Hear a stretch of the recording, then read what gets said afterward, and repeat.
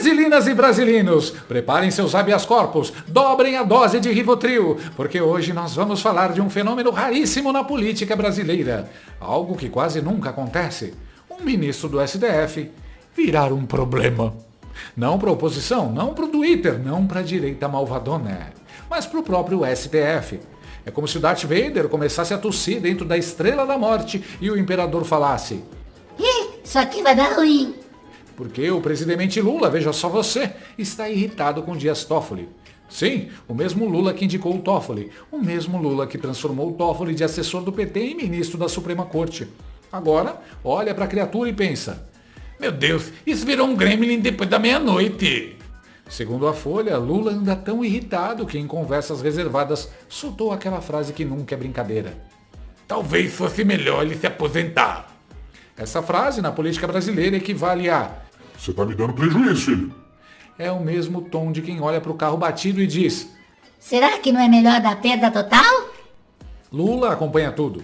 Lê em reportagem para ele. Ele vê repercussão, vê master, vê resort, vê jatinho e decidiu fazer algo raríssimo em sua carreira: não defender um aliado. Porque quando o Lula para de defender, é porque o cheiro já passou de cadáver político e entrou na fase animal morto na estrada em dia de sol. Em conversas com auxiliares, Lula teria dito que Toffoli devia renunciar ou se aposentar. Renunciar? Um ministro do STF. É tipo sugerir que o Highlander entregue a espada. Mas calma, os próprios auxiliares do Lula dizem que ele provavelmente não vai fazer nada. Ou seja, Stalinácio faz cara de bravo, mas continua sentado. Porque Lula é assim, ele reclama, reclama, reclama,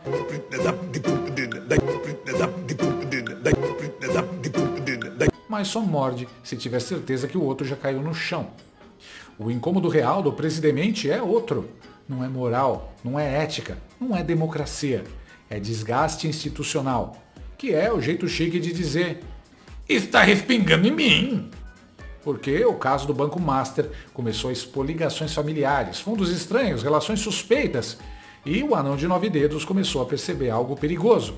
Esse inquérito tem cheiro de pizza, daquelas grandes, família, 8 pedaços, todo mundo come, ninguém paga.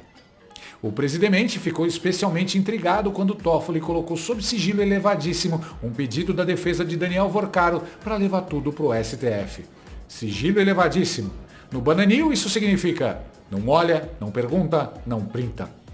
Uma semana depois, o Globo revela que o escritório da esposa de Xandão tinha contrato de 3,6 milhões de reais por mês com o Master. Por mês? Não é contrato, é mesada de vilão da Marvel. É tipo Thanos dizendo: toma aqui, minha filha, compra umas joias. Toffoli responde que nada será abafado, que o sigilo é justificável. E Lula, naquele momento, solta a frase mais maravilhosa de todas: essa relatoria é uma oportunidade para você reescrever sua biografia. Reescrever a biografia? Vamos lá. Biografia do Dias Toffoli. Reprovado 2 vezes em concurso para juiz. Depois virou assessor jurídico do PT. Fim. Não tem volume 2, não tem trilogia, não tem spin-off. É um folheto. E agora Lula fala em reescrever. Mas não é reescrever tipo Machado de Assis. É reescrever tipo Wikipédia às 3 da manhã, bêbado. Só que depois desse almoço, as coisas pioraram.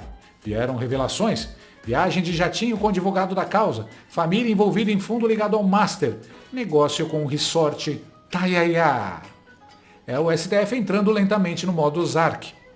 E Toffoli, com a tranquilidade de quem está sentado em cima da dinamite, diz: não vejo nada que comprometa a minha imparcialidade. Claro que não. Se visse, não seria imparcial. Segundo ele, nem o jatinho, nem os irmãos, nem os fundos, nem o resort comprometem nada. E, tecnicamente, o STF só reconhece impedimento quando o próprio ministro diz. Ou seja, eu me investigo e me absolvo. É o VAR do futebol brasileiro aplicado à toga. Lula, que indicou Toffoli, hoje coleciona decepções. Inclusive aquela histórica, quando Toffoli impediu Lula de ir ao velório do próprio irmão. Depois o Toffoli pediu desculpas, anos depois, quando Lula já estava voltando ao poder. Porque pedir desculpa antes não rende nada, né? Agora Lula diz que Toffoli devia sair. Isso pode significar 2 coisas. Primeira hipótese, recado mafioso. Tipo o filme do Scorsese. Lula dizendo: o preço da sua tranquilidade aumentou. Algo como: você anulou a Lava Jato para mim? Ótimo, mas agora o pacote ficou mais caro. Agora, antes de decidir qualquer coisa, você liga para o Xandão e pergunta o que pode. Ou, segunda hipótese, teatro. Lula bate no Toffoli para parecer limpinho. Enquanto isso, o próprio Lula vai ficando cada vez mais sujo, porque a cada minuto aparece mais coisa ligando o PT ao Banco Master. Andresa Matais, do Metrópolis, revelou que Lula recebeu Daniel Vorcaro no Planalto. Reunião de 1h30, sem agenda oficial, nada. Foi tipo encontro clandestino. Romântico quase. Enquanto isso, Stalinácio vai em evento e grita: enquanto tem um cidadão, sabe, do Banco Master, que deu um golpe de mais de 40 bilhões de reais. E tem gente que defende. Porque também tá cheio de gente que falta um pouco de vergonha na cara nesse país. Meu amigo, isso é nível Eu Vi Você Ontem. A reunião foi marcada por Guido Mantega, o mesmo Mantega que depois virou consultor do Master por R$1 milhão por mês. 1 milhão por mês. Consultoria Premium. Consultoria Platinum Black. O cara ganhou pelo menos 16 milhões de reais. E Lula não explicou por que escondeu a reunião. Porque o Planalto virou um verdadeiro lupanar político. Um balcão de negócios. Mas o PT jura que odeia banqueiro. Engraçado, Lula odeia tanto banqueiro que sempre janta com eles. E o mais lindo?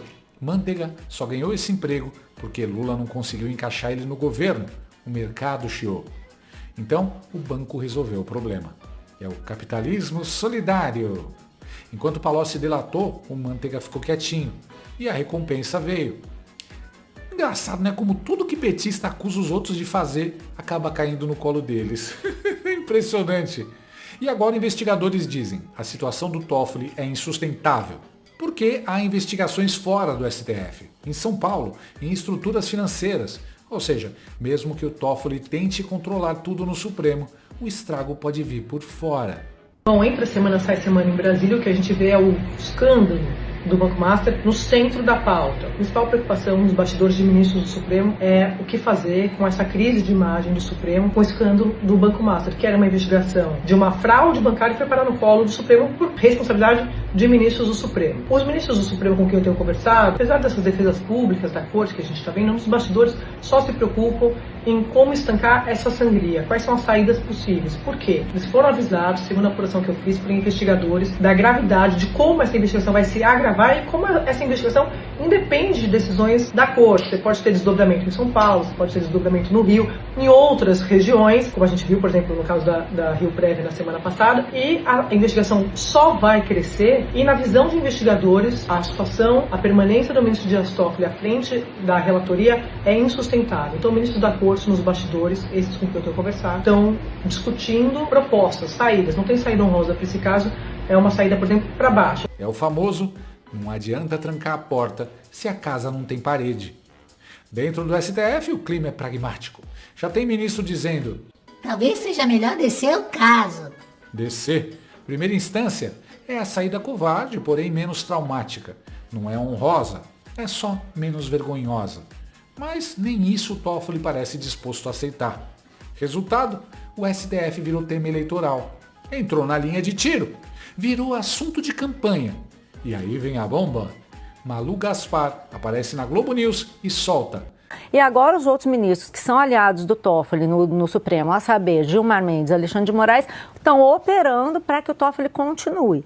Concordo com você, André, e não só concordo, como as informações que a gente tem dos bastidores são de que a situação vai piorar porque os próprios ministros vão se ver enredados mais ainda nesse caso Master. E eles sabem disso. Então talvez isso explique por que eles estão tão apavorados para conseguir controlar esse caso. O que está havendo aí é uma tentativa desesperada de controlar esse caso contra, inclusive, o bom senso. Né? Apavorados. A Globo falando que ministro do STF está apavorado. Você nunca imaginou ver isso na vida, né? Mas eles têm que estar apavorados mesmo.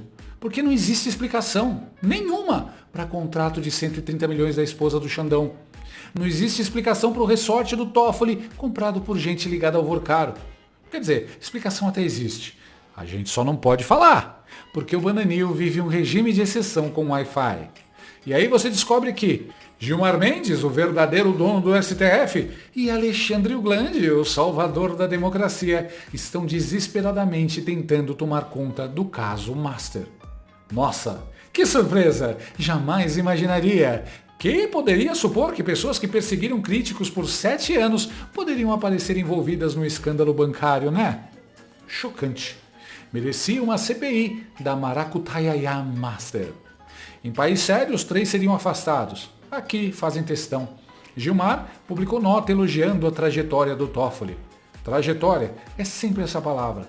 Trajetória virou sinônimo de... Não pergunta muito. E fez isso 2 vezes em uma semana. 2. Isso na defesa. Tá parecendo despedida.